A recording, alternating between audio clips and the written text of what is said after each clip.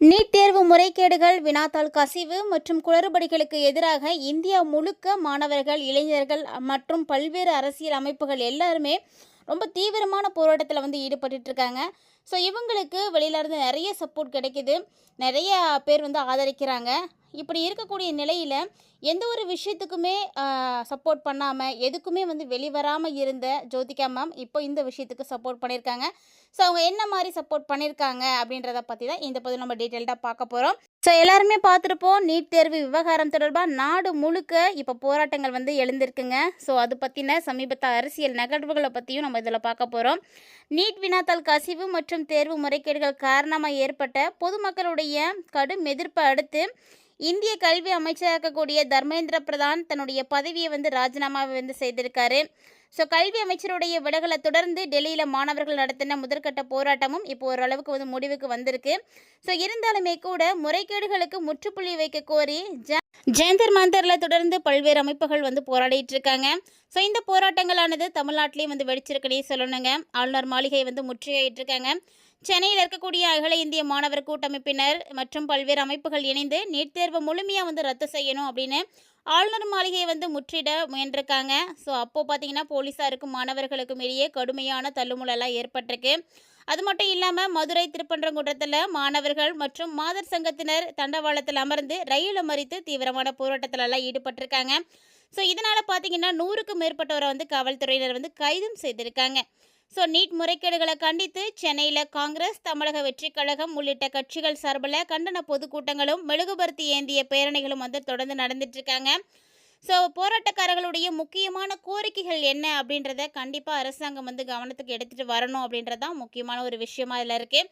So இதில் பார்த்தீங்கன்னா நிறைய நடிகர்கள், நடிகைகள் அவங்களுடைய சப்போர்ட்டை கொடுத்துட்டு இருந்தாலுமே கூட இது வரைக்கும் எந்த ஒரு காரணத்துக்காகவும் வெளியிலே வராமல் இருந்த ஜோதிகா மேம் இந்த ஒரு விஷயத்துக்கு தன்னுடைய சப்போர்ட்டை கொடுத்துருக்காங்க.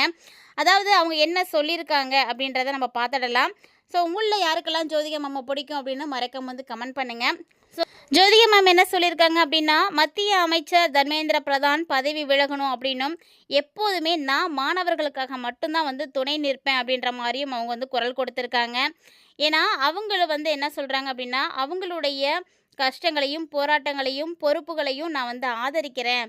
கல்வி சீர்திருத்தத்துக்காக நான் எப்போதுமே துணை நிற்பேன் அப்படின்னும் அவர் குறிப்பிட்டிருக்காங்க. அது மட்டும் இல்லாமல் ஜென்செட் இளைஞர்களே எந்த தயக்கமும் இல்லாமல் உண்மையை பேசுகிறதுக்கு உங்களை நினச்சி நான் ரொம்ப ரொம்ப பெருமைப்படுறேன் அப்படின்னும், ஒன்றுபட்டால் நாம் தான் இந்தியா அப்படின்றத நாம் இப்போ நிரூபித்து காட்டியிருக்கோம் அப்படின்ற மாதிரி அவங்களுக்கு சப்போர்ட் கொடுத்துருக்காங்க. அது மட்டும் இல்லாமல் உங்கள் ஒவ்வொருத்தருடைய மனசில் இருக்கக்கூடிய அந்த பயத்தினுடைய அழுத்தத்தை உடைத்திருந்ததற்கு நன்றி அப்படின்னும் அவங்க நன்றியை குறிப்பிட்டிருக்காங்க. அது மட்டும் இல்லாமல் எந்த ஒரு பயமும் இல்லாமல் எங்களை இங்கே இந்த இடத்துல நிற்க வச்சதுக்கு நான் நன்றி சொல்கிறேன் அப்படின்னு ஜோதிகா மேம் சப்போர்ட் பண்ணியிருக்காங்க. அது மட்டுமாங்க, இன்னும் நிறைய விஷயங்களுக்காக அவங்க குரல் கொடுத்துருக்காங்க. ஸோ கண்டிப்பாக கல்வி அமைச்சர் பதவி விலகியே ஆகணும் அப்படின்னும், நம்மளுடைய நாட்டினுடைய எதிர்காலத்தை கருதி மாணவர்களுக்கு நான் எப்போவுமே துணை நிற்கிறேன். ஏன்னா இன்றைக்கி எனக்கும் 2 பசங்க இருக்காங்க. அவங்களுடைய எதிர்காலமும் சிறப்பாக இருக்கணும் அப்படின்னு நான் நினைக்கிறேன்ட்டு அவங்க நிறைய விஷயங்களை ஷேர் பண்ணியிருக்காங்க.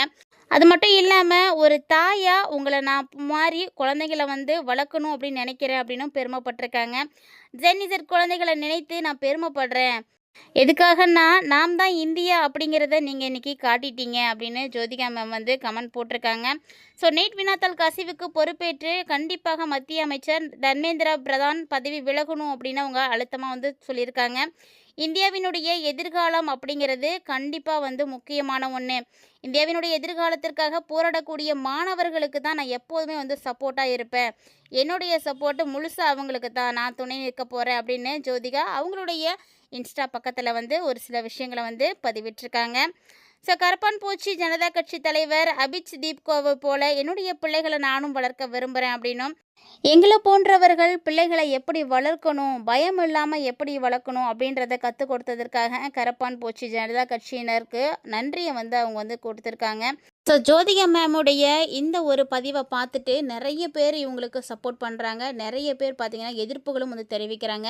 ஏன்னா இது வரைக்கும் இவங்க எந்த ஒரு விஷயத்துக்கும் சப்போர்ட் பண்ணதே கிடையாது. அப்படிங்கும்போது ஏன் இதுக்காக மட்டும் இவ்வளோ சப்போர்ட் பண்ணணும் அப்படின்ற மாதிரி நிறைய பேர் அகெயின்ஸ்டாக பேசிகிட்டு இருக்காங்க. இருந்தாலுமே கூட ஒரு சிலர் அவங்களுடைய கருத்துக்களுக்கு வந்து அக்செப்ட் பண்ணிக்கிட்டு அவங்கள வந்து சப்போர்ட் பண்ணுறாங்க. ஏன்னா ஒரு தாயா ஒவ்வொரு குழந்தைகளை வளர்க்கணும் அப்படின்னு நினைக்கக்கூடியவங்க எல்லாருமே வந்து நிச்சயமாக இந்த விஷயத்துக்கு வந்து சப்போர்ட் பண்ணுவாங்க. ஸோ அப்படித்தான் ஜோதிகா மேமும் தன்னுடைய குழந்தைகளுடைய எதிர்காலத்தை வந்து கருத்தில் கொண்டு இந்த மாதிரி நிறைய விஷயங்களை செய்துட்ருக்காங்க. ஸோ மும்பையிலேயே வந்து பார்த்திங்கன்னா இப்போ போய் செட்டில் ஆகிட்டு நிறைய படங்களை வந்து ஹிந்தி படங்களை வந்து நடிச்சிட்ருக்காங்க. இருந்தாலுமே கூட இந்த ஒரு விஷயத்துக்கு அவங்க வந்து சப்போர்ட் கொடுத்துருக்கிறது நிறைய பேரால் வந்து வரவேற்கப்பட்டிருக்குங்க.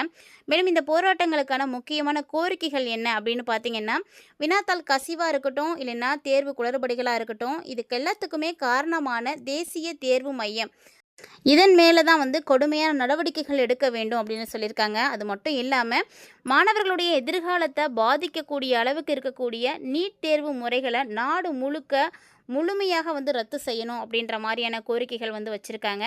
அதே மாதிரி பாதிக்கப்பட்ட மாணவர்களுடைய குடும்பங்களுக்கு உரிய நீதியும் இழப்பீடுகளும் கண்டிப்பாக வந்து வழங்கப்படணும் அப்படின்ற மாதிரியும் கோரிக்கைகள் வந்து வச்சுருக்காங்க. ஸோ நீட் தேர்வு தொடர்பாக குறிப்பிட்ட மாநிலத்தினுடைய போராட்ட விவரங்கள், அரசியல் கட்சிகளுடைய நிலைப்பாடுகள் இதெல்லாம் எப்படி இருக்குது அப்படின்றத நீங்கள் தொடர்ந்து பார்த்து தெரிஞ்சுக்கணும் அப்படின்னு நினைக்கிறீங்கன்னா மறக்காமல் நம்ம சேனலை சப்ஸ்கிரைப் பண்ணிவிட்டு ஃபாலோ பண்ணுங்கள். ஏன்னா நீட் தேர்வை பற்றி நிறைய விஷயங்கள் வந்து நமக்கு அப்டேட் வந்து கிடச்சிட்டே தான் இருக்குது. ஸோ இப்போ பார்த்தீங்கன்னா சென்னையிலையும் மாணவர்கள் வந்து நிறைய பேர் வந்து போராட்டங்களை வந்து ஆரம்பிச்சிருக்காங்க. ஏன்னா சென்னை மாணவர்களுடைய அமைப்பு போராட்டம் எப்படி இருக்குது அப்படின்னா, நீட் தேர்வை வந்து ரத்து செய்யணும் அப்படின்றத வலியுறுத்தி தான் அவங்க வந்து இந்த போராட்டத்தையே வந்து தொடங்கியிருக்காங்க. ஸோ இந்த போராட்டம் பார்த்திங்கன்னா இன்றைக்கி தான் வந்து நடந்துகிட்ருக்கு. ஸோ சண்டே ஜூலை 26 இது எங்கே நடக்குது அப்படின்னா, ஆளுநர் மாளிகையை வந்து முற்றுகையிடுவோம் அப்படின்ற மாதிரிலாம் வந்து சொல்லிகிட்டு இருக்காங்க. இதுக்காக ட்ரை பண்ண இளைஞர்கள் எல்லாருமே நீட் தேர்வுக்கு எதிராக முழக்கங்களையும் வந்து கொடுத்துருக்காங்க. ஸோ இந்திய கல்வி அமைச்சராக இருந்த தர்மேந்திர பிரதான் பதவி விலகியதை அடுத்து டெல்லியில் நடைபெற்ற போராட்டம் முடிவுக்கு வந்துருச்சு. இருந்தாலும் தமிழகத்தில் இன்னும் அந்த போராட்டம் வந்து முடியவே இல்லைங்க. தமிழகத்தில் நீட் தேர்வுக்கான போராட்டம் தொடர்ந்து வந்துட்டு தான் இருக்குது. ஸோ ஒன்றுபட்டால் உண்டு வாழ்வுன்னு சொல்லுவாங்க இல்லையா, அந்த மாதிரி எல்லா அமைப்புகளும் ஒன்றாக போராடணும் அப்படின்னா இந்த விஷயத்தை நிச்சயமாக நம்மளால் வந்து ஜெயிக்க முடியும் அப்படின்னு தான் சென்னையில் இருக்கக்கூடிய ஒரு சில அமைப்பினரோட அகில இந்திய மாணவர் கூட்டமைப்பினர் இணைந்து இந்த நீட் தேர்வை முழுவதுமாக ரத்து செய்ய கோரி போராட்டத்தில் வந்து ஈடுபட்டிருக்காங்க.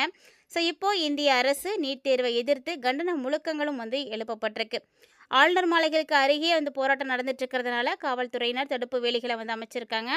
ஆனாலுமே போராட்டக்காரர்கள் தடுப்பு அரண்களை தாண்டி குதித்து ஆளுநர் மாளிகையை வந்து முற்றுகையிட முயன்றிருக்காங்க. ஸோ இதனால் அவங்கள எல்லாமே வந்து போலீஸ் வந்து அரெஸ்ட் பண்ணியிருக்காங்க. அந்த பகுதியில் இதன் காரணமாக கொஞ்சம் நேரம் வந்து போக்குவரத்தும் வந்து பாதிக்கப்பட்டிருக்கு. இதுக்கிடையே நீட் தேர்வு முறைகேடுகளை கண்டித்து போராடிய மாணவர்களுக்கு ஆதரவாக மத்திய அரசை கண்டித்தும் காங்கிரஸ் தாவேகா சார்பில் சென்னையில் பார்த்திங்கன்னா இன்றைக்கி பொதுக்கூட்டமும் வந்து நடந்திருக்குங்க. கூட்டம் எல்லாம் முடிஞ்சதுக்கு அப்புறமா இதில் பங்கேற்றவங்க என்ன பண்ணியிருக்காங்கன்னா, டெல்லியில் நடந்த போராட்டம் வெற்றி பெற்றதை அடுத்து அதை கொண்டாடும் விதமாக கையில் தீப்பந்தமும் மெழுகுவர்த்தியும் ஏந்தி போயிருக்காங்க. ஸோ நீங்கள் சொல்லுங்கள், இந்த நீட் தேர்வு அவசியம் இல்லையா? உங்களுடைய தனிப்பட்ட கருத்துக்களை மறக்காமல் கமெண்ட்டில் கமெண்ட் பண்ணுங்கள். மேலும் இந்த மாதிரி ஃபாஸ்ட் அப்டேட்டாக உடனுக்குடன் தெரிஞ்சுக்கிறதுக்கு நம்ம சேனலை சப்ஸ்கிரைப் பண்ணிட்டு ஃபாலோ பண்ணிக்கோங்க.